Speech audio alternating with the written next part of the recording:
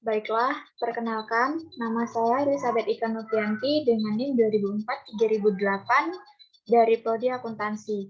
Di sini saya akan membahas tugas pertemuan 14 dari Chapter 11 mengenai pengauditan sistem informasi berbasis komputer.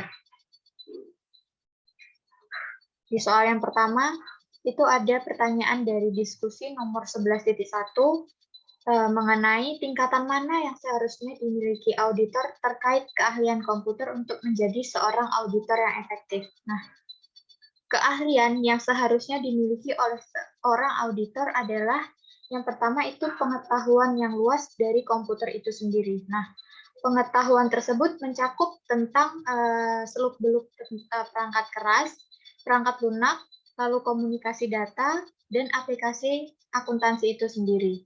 Lalu yang kedua itu ada pemahaman yang rinci mengenai kebijakan kontrol yang tepat dan prosedur dalam sistem komputer.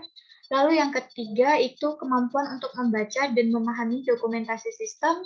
Lalu yang keempat, pengalaman dalam perencanaan audit komputer dan menggunakan komputer dibantu perangkat audit modern dan teknik, atau yang dikenal dengan CAATS. Nah, namun tidak semua auditor memiliki kemampuan yang seperti ini. Tapi paling tidak, auditor harus memiliki kemampuan yang pertama itu pemahaman tentang perangkat keras, perangkat lunak, aplikasi komputer maupun kontrol yang terdapat pada komputer itu sendiri. Lalu yang kedua itu kemampuan untuk memeriksa semua elemen yang terkomputerisasi CIA. Lalu yang ketiga itu kemampuan untuk menggunakan komputer sebagai alat untuk mencapai tujuan audit itu sendiri. Lalu pertanyaan diskusi nomor 2 itu haruskah para auditor internal menjadi anggota tim pengembangan sistem yang mendesain dan mengimplementasikan CIA? Mengapa? Menurut saya itu tidak. Karena fungsi auditor internal itu sendiri ialah melakukan penilaian terhadap kegiatan yang dilakukan dalam lingkup organisasi itu sendiri dan dituntut untuk menjunjung tinggi sikap independensi dalam melakukan penilaian.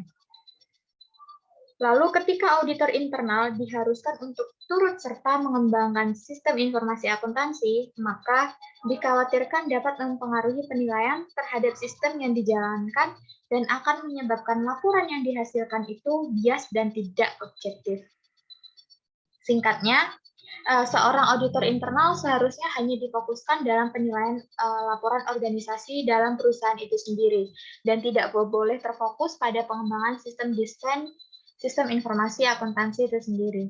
Nah, saya masuk ke soal diskusi yang keenam itu 4 langkah dalam pendekatan audit berbasis risiko dan diskusikan bagaimana langkah-langkah tersebut berlaku pada seluruh keamanan perusahaan.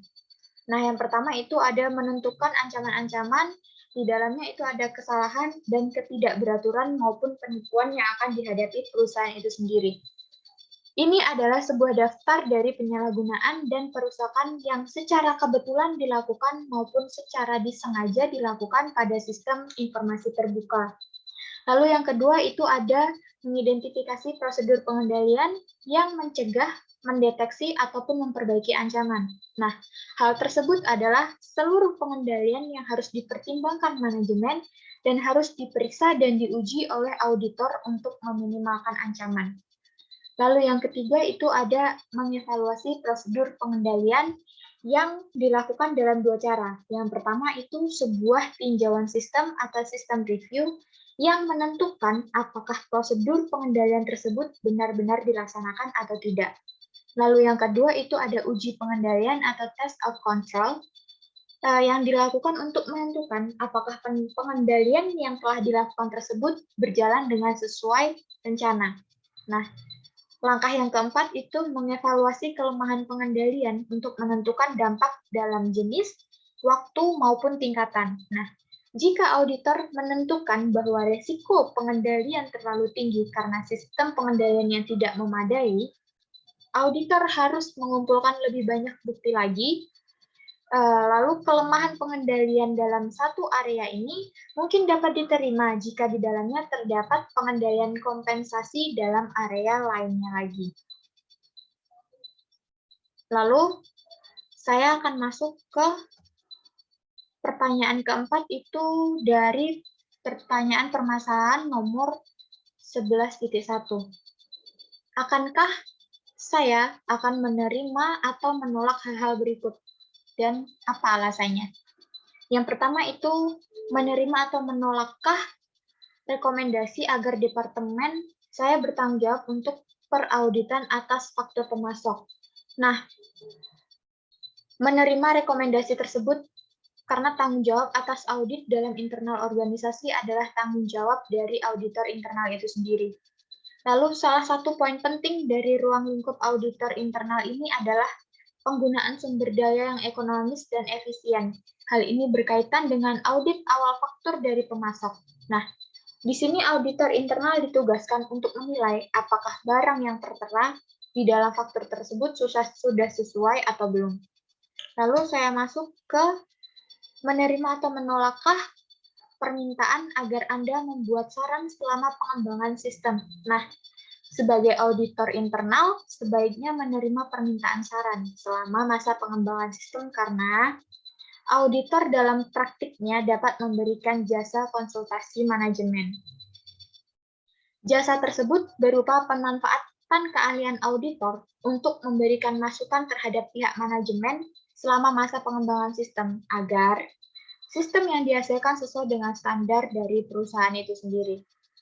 Lalu yang ketiga itu menerima atau menolakkah permintaan agar Anda membantu dalam pemasangan sistem dan menyetujuinya setelah melakukan pemeriksaan akhir. Nah, jawabannya adalah menolak permintaan tersebut karena objektivitas dalam penilaian tersebut dapat terganggu. Maaf, saya ulangi, karena objektivitas dalam penilaian terhadap sistem yang digunakan universitas dapat terganggu. Nah, objektivitas dapat terganggu ketika auditor membuat desain, menerapkan, ataupun mengoperasikan sistem. Nah, dalam kasus ini, ketika auditor diminta untuk melakukan instalasi, maka secara tidak langsung auditor telah menjalankan sistem dan dapat membuat objektivitas dalam laporannya terganggu. Lalu, saya akan masuk ke soal kelima, itu dari permasalahan nomor 11.2. Apakah saya melupakan sebuah langkah audit yang penting? Lalu tuliskan 5 contoh dari prosedur audit spesifikasi yang dapat Anda direkomendasikan sebelum mencapai sebuah kesimpulan. Nah, satu langkah yang terlupakan adalah informasi dari luar, karena auditor harus mendapatkan bukti yang tepat dan cukup akurat sehingga risiko kesalahan dalam penyajian material dalam laporan dapat diminimumkan. Hal ini dapat dicapai dengan bukti-bukti yang berkaitan dengan informasi dari luar itu sendiri adalah yang pertama itu ada pengetahuan tentang klien, lalu informasi dari luar perusahaan, sistem akuntansi itu sendiri, dan yang keempat itu adalah kualitas pengendalian internal. Lalu 5 contoh prosedur audit tertentu yang dapat diterapkan itu yang pertama ada inspeksi yang mencakup pemeriksaan atas catatan atau dokumen, baik dokumen internal maupun eksternal dalam bentuk kertas, surat elektronik, atau media lain, atau pemeriksaan fisik atas suatu aset.